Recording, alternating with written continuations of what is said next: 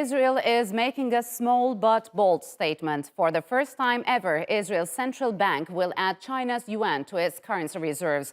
Out of the country's current stockpile of $200 billion in foreign cash, 2% will be allocated to China's yuan. That's according to its central bank.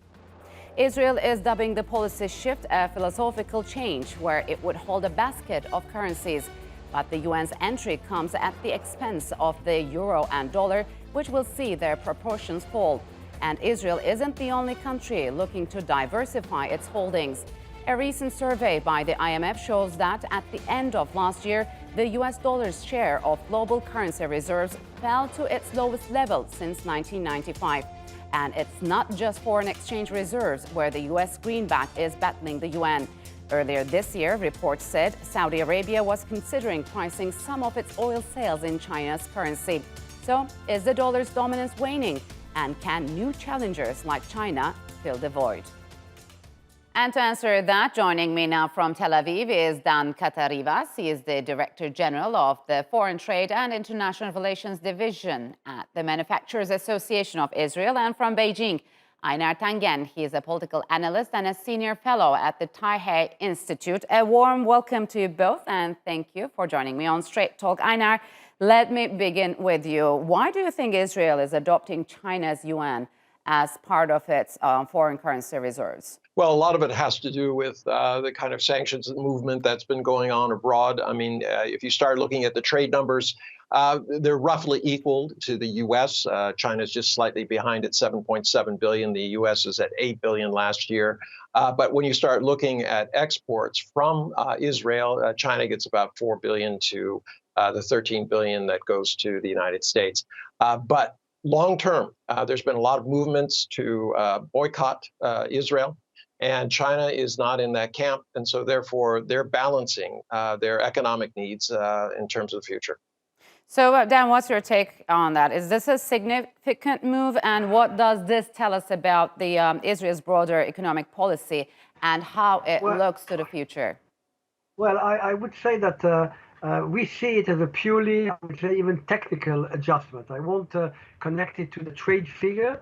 But actually, as you know, the Bank of Israel is now reserve of over $213 billion, and they actually have to maximize the return, I would say, on those reserves, and they are changing the composition of the reserve according to their policy of whether they want to actually increase return on that amount of money. And the fact that dollar is definitely, I mean, we are trading with not only the Americans and not only in dollars, but also with Europe, etc. So from time to time, the central bank has adjusted what they called as a basket of currency that reflect indeed the foreign trade of Israel. But I wouldn't make it too much of political influences. This is purely technical, in the sense that we not only added the yuan as part of the reserve, but also the yen, because also we are developing our relation with Japan. So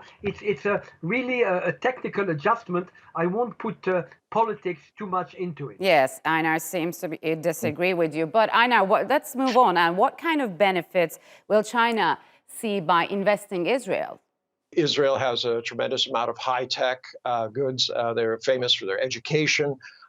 China treats countries based on their trade. Their internal matters are unto themselves. So Israel is not afraid that China is going to join this boycott movement. But, you know, Israel is very interested and has been in a lot of technical things, especially related to military. The U.S. has stepped in a number of times and said that they wouldn't allow it. There was a drone and a fighter that were, Beijing was eyeing. They were not allowed it. Earlier this year, Israel said that any trade dealings with China had to be authorized by the State Department, a very odd thing to say, given that you're an independent country. So, you know, they're stuck in this kind of crossroads. But, you know, at a time when, foreign direct investment was pouring out of China last month, I don't agree with this idea that they're making technical adjustments to improve their yield. If that was the case, they'd be looking at bond yields going up in the U.S. I do agree that they're looking long term at the power of the yuan and what that will mean to trade globally. So, Dan, how do you think the U.S. would react to one of its closest allies' decision to adopt the Yuan as part of its reserves, given the economic rivalry between China and the U.S.? Obviously, it's interesting because I think that with my colleague the colleague here, I probably disagree on a lot of issues that he has not mentioned. Okay, I don't think that we are receiving orders from the U.S. When we authorize or we don't authorize Chinese activity in Israel. There was ups and downs in the Israeli relation with China for the last 30 years. I was myself the first Israeli economic attaché in Beijing about 30 years ago. And in the sense, it's true that on the military and defense, it's been for quite a while that Israel does not trade in defense with China. And this is certainly not the only country which avoid trading defense with China. On the other hand, we see a lot of Chinese companies which are participating in tenders for upgrading the Israeli infrastructure. I think the American, and I was just meeting an American diplomat yesterday that said very bluntly, look, we perfectly understand that a country like Israel, which is a small country, cannot ignore the fact that China is one of the leading economies in the world. We are not asking or demanding that you cease any relation with China, but obviously they are sensitive issue, and we have. So Dan, do you believe that this would become an issue between Israel and the U.S. moving forward? Look, I think that we have probably, and I've been talking both as private sector, but also I know at the level of government, Israel has definitely instituted a kind of CFIUS to try to, I would say, control, check foreign investment from all foreign entity in Israel, not only from China. And I think that we have a dialogue with the Americans.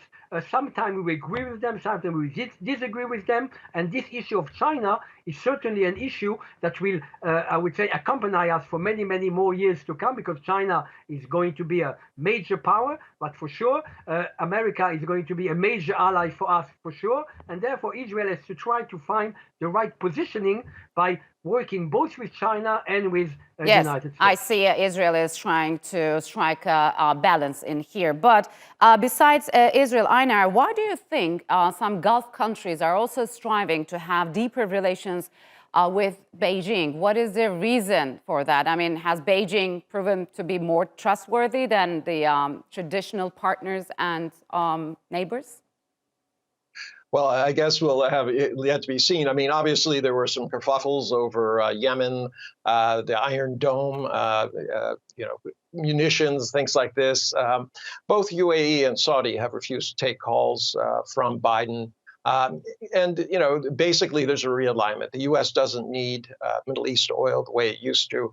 And as a result, and China does. So as a result, you're seeing a shift there. But Dan, to your point, on January 9th of this year, that's when the Israeli government made the statement that they would be clearing all deals with China. It was not negated by anybody, and it came from your government. So don't say that that's not true. No, I'm sorry. I mean, I don't know what your sources are, but we are having Chinese delegation. We are negotiating a free trade agreement now between Israel and China. It was reported in the New York Times and the Wall Street Journal.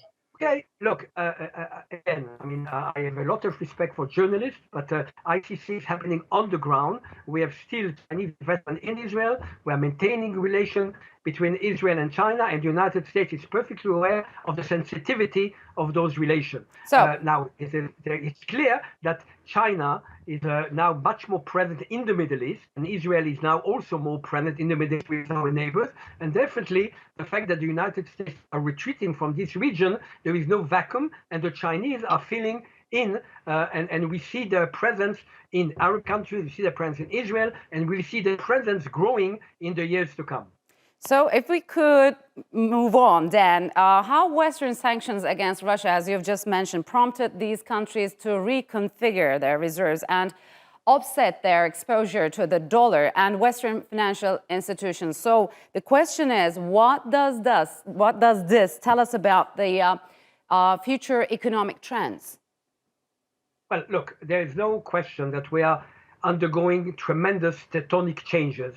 Okay, the war in Ukraine and the sanction and the use of this economic tool weaponizing I would say the sanction becoming a weapon of the West vis-à-vis Russia, etc.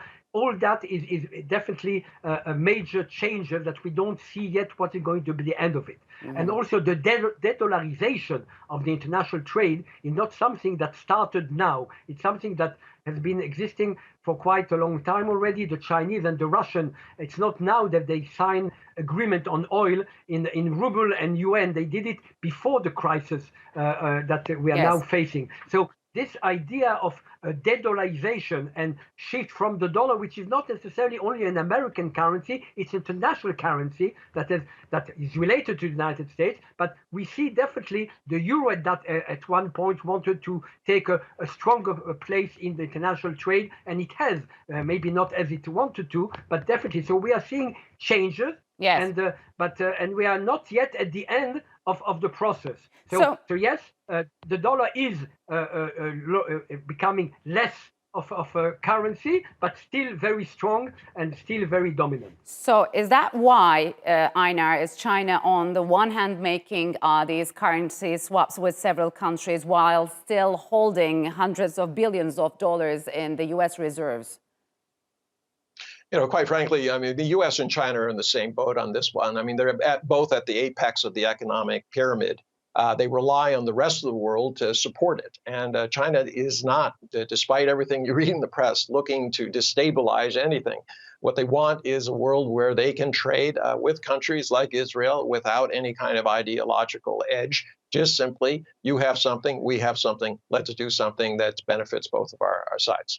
All right, gentlemen, unfortunately, we'll have to leave it here. Thank you very much for joining me on Straight Talk.